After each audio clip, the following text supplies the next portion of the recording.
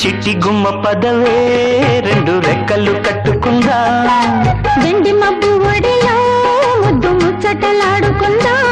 చిరుగాలై కొండ కోనల్లోన తేలి